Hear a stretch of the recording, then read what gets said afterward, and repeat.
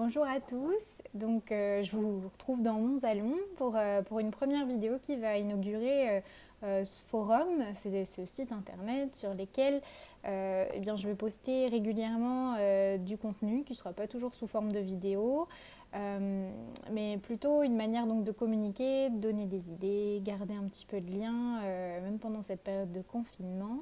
Ça peut être moi qui poste des choses ou bien mes collègues ou des confrères. Mais aussi vous, si vous en avez envie, vous pouvez tout à fait partager une idée de jeu, un truc sympa que vous avez trouvé et qui pourrait servir à d'autres parents. Donc c'est plutôt à viser des enfants, mais en tant qu'adulte, en fait, il y a plein de choses qu'on peut reprendre nous aussi pour prendre soin de nous, parce qu'en fait, dans cette période-là, c'est quand même super important, même si on est un peu les uns contre les autres, de pouvoir prendre soin de nous et d'avoir des petits moments pour nous aussi. Donc cette première vidéo déjà aussi elle a quand même pour objectif de reprendre avec vous ce que c'est la psychomotricité, déjà comment on peut s'en inspirer un petit peu au quotidien, parce que c'est vrai que parfois, vous connaissez un petit peu ce que je fais, mais parfois c'est peut-être un peu dur et j'imagine pour vous de mettre des mots dessus et puis voilà, d'y voir vraiment clair là-dedans.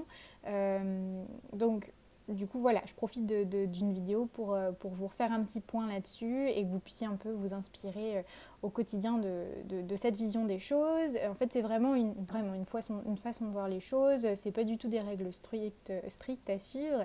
Et puis, souvent, ça fait appel à du bon sens, en fait, et puis à la logique. Donc en fait, nous les psychomotriciens, pour prendre les choses, on est vraiment des professionnels donc, de la rééducation. On a pour objectif d'évaluer le niveau de développement de nos patients et puis en fait de veiller à la reprise de leur développement, en fait, la reprise de leur bon développement ou l'accompagnement aussi de l'harmonie du développement de nos patients au quotidien. Donc on a des outils pour l'évaluer, qui est le bilan. Donc vous avez reçu le compte rendu lorsque votre enfant est venu pour la première fois. Et donc vous allez retrouver du lien avec ce que je vous dis maintenant, avec plein de choses qui sont dans le bilan en fait. Donc en fait, si on revient sur la notion de développement qui est peut-être pas très claire, c'est en gros une frise chronologique de toutes les étapes qui font qu'on est devenu nous-mêmes et qui s'enchaînent et qui s'enchaîneront encore, même pour les plus âgés d'entre nous, même pour moi, même pour vous, tout au cours de la vie en fait. Donc on a tous un développement qui est plutôt différent, hein. C'est vrai qu'on est tous arrivés là où on est par des chemins différents, mais en fait pour chaque personne on va retrouver des grandes lignes communes et c'est ça qu'on évalue nous les psychomotriciens lors du bilan notamment. En fait c'est les grandes lignes, nous on appelle ça des fonctions psychomotrices. C'est ce que vous retrouvez dans le bilan et c'est ce qui est évalué donc au tout début du suivi pour se baser par la suite quand on rééduque, quand on prend en charge. En fait, si on reprend globalement l'histoire d'un soi, de quelqu'un par son développement, globalement ça se déroule toujours dans un ordre qui est plutôt commun.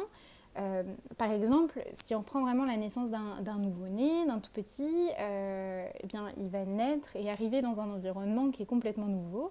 En effet, il était dans un environnement qui était plutôt aqueux, dans le ventre de la mère, et il va ensuite arriver dans un environnement qui est affectif par le lien qu'il a avec ses parents, et puis aussi sensoriel. Parce qu'il va sentir par tous ses sens, qu'il y en a même bien plus que 5, tout ce qui se passe autour de lui. À partir de cet environnement-là, il va déjà entrer en communication avec son environnement au sens large, par son tonus. Donc ça, vous avez dû m'en entendre parler aussi pas mal, parce que parfois on a un tonus qui peut être assez élevé, parfois assez bas. Et en fait, ce tonus-là, donc c'est un état de tension résiduelle des muscles, en fait, une tension qui est permanente et qui sert d'appui à tous nos mouvements, à notre posture, et puis parfois sur lequel se répercutent nos émotions. Et chez le tout petit bébé, eh bien, quand il y a un besoin primaire, par exemple la faim, qui a besoin de s'exprimer, eh bien parfois ça se ressent dans le tonus où l'enfant se tend et puis on va pleurer. Et puis lorsqu'il arrive en état de satiété, le tonus se relâche et l'enfant se détend. Donc ça c'est vraiment la première communication du tout petit avec son parent. Et à partir de ce tonus-là qui va progressivement s'étoffer et devenir de plus en plus complexe, eh bien, il va pouvoir appuyer sa motricité. et progressivement interagir de manière encore plus complexe avec son environnement. Et puis ensuite, à partir de tous ces déplacements et de sa motricité, finalement, l'enfant aussi, il engramme plein d'expériences qui vont permettre de construire ses repères corporels. Nous, on parle de schéma corporel et image du corps. Je vous en reparlerai peut-être si ça vous intéresse, notamment en faisant le lien sur certains jeux que vous pouvez faire à la maison. Donc tout ça, je le mets un peu sous le biais des repères corporels. Et puis, à partir donc de tout ça, à la fois de son tonus, de sa motricité, de son corps, de toutes ces expériences-là, eh bien, notre enfant, là, même nous-mêmes, on est passé par là, eh bien, il va commencer à pouvoir se représenter l'espace autour de lui.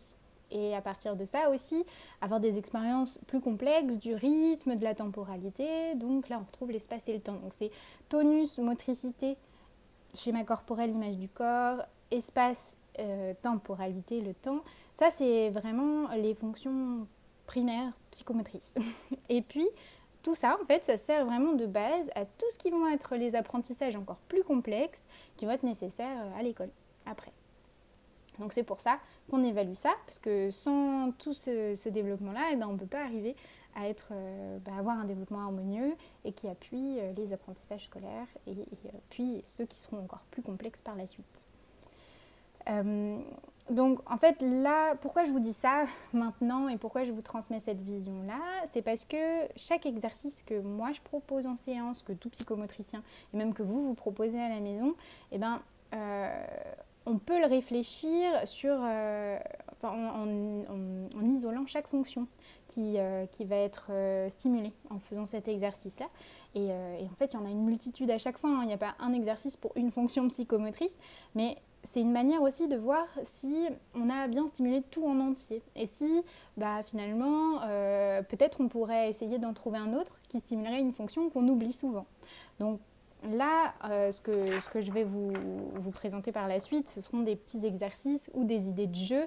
Et à chaque fois, je vous mettrai, je pense que ça stimule, et comment le complexifier, donc le simplifier pour les petits, le complexifier pour les plus grands. Et puis, donc, moi, je vais vous le présenter comme ça. Et puis, peut-être, vous aussi, lorsque vous aurez envie de poster des choses, vous pourrez tout à fait aussi y ajouter votre analyse des choses et puis comment vous le complexifiez, etc. Enfin, en tout cas, vous êtes complètement libre. Si c'est peut-être trop complexe ou vous n'avez pas envie forcément d'isoler les fonctions psychomotrices, moi, je vous aiderai à le faire. De toute façon, on peut toujours tous poser les questions et puis interagir sur chacun des posts qu'il y aura sur ce forum. Voilà. Donc en espérant avoir été claire et puis avoir su vous expliquer concrètement ce que je fais, je vous souhaite bon courage pour la suite et puis plein d'imagination, parce que finalement à partir de ça on peut créer plein de choses et puis on se retrouve bientôt, donc soit par vidéo, soit par écrit. À très bientôt.